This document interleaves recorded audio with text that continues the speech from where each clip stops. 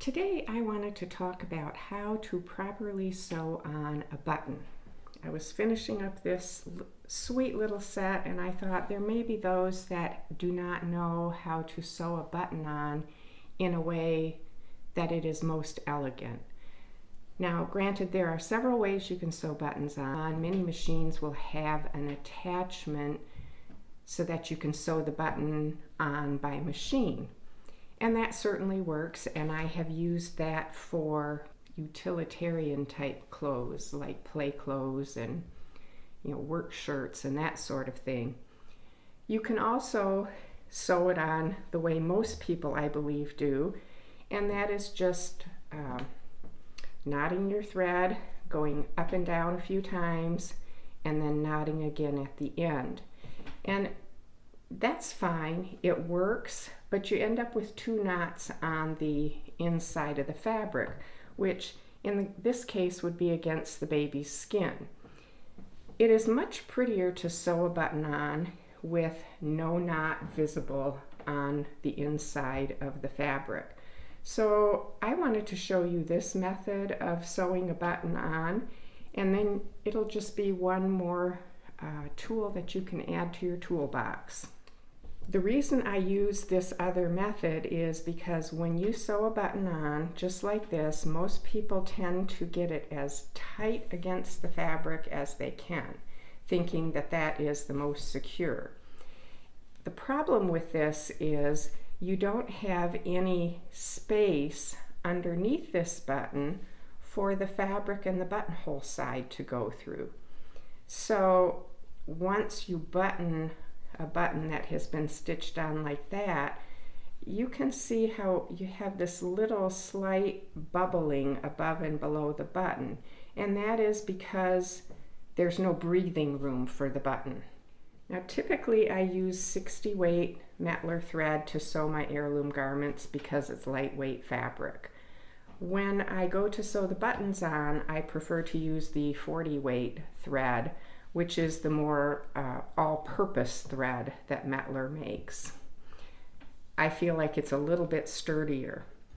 And to do this method, you need to cut one length of thread. You're going to put the two ends together and thread your needle. And you're going to leave the loop end at the bottom. I have my fabric tripled here because you would have your face fabric, you would have the facing side, and then you would also have an additional layer of batiste or interfacing depending on what you're making. But that is typically what you're sewing through, is 3 layers. So to use this method, you're going to come up wherever you've got your buttonhole marked, and you're going to take a bite into the fabric and pull, and then put your needle through the loop to secure the thread. This way there is no knot on the back side of the fabric. Then you would place the button on top and take your first stitch, and then I like to get my needle coming up the other side, and then I take a thicker needle because I usually have plenty of needles around.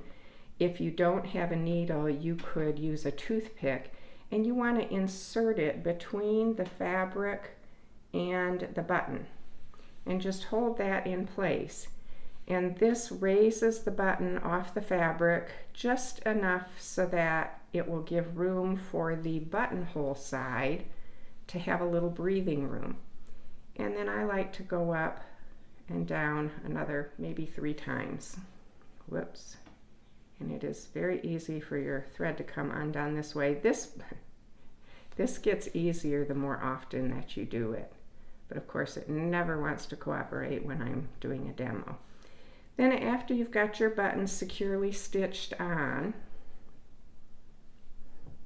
at this point you can remove that other pin or needle, and you're going to come up